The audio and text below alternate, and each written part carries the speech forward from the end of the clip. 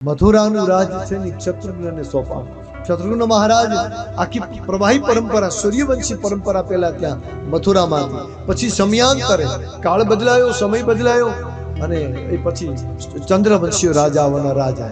એ આખો કથા છે. આપ વૃંદાવન આદि જાઓ તો સંતો વાત કરે કે રામ યહાં ભી થે, ઉનકે પરિવાર યહાં ભી. તો ભગવાન રામ એને નાનો ભાઈ છે, એનું નામ શત્રુઘ્ન એટલા માટે કે બહારના લોભને ભગવાને મારી શકે. બહારના જેટલા લોકો હતા દુશ્મન, એને બધા માર્યા, પણ ભીતરના દુશ્મનને કોણ મારી શકે? કોની તાકાત છે? બહારના દુશ્મનને મારી શકે, ભીતરનાને ન મારે. ભીતરનાને મારે એ જ સાચો શત્રુ. તો ભીતરનો દુશ્મન કોણ?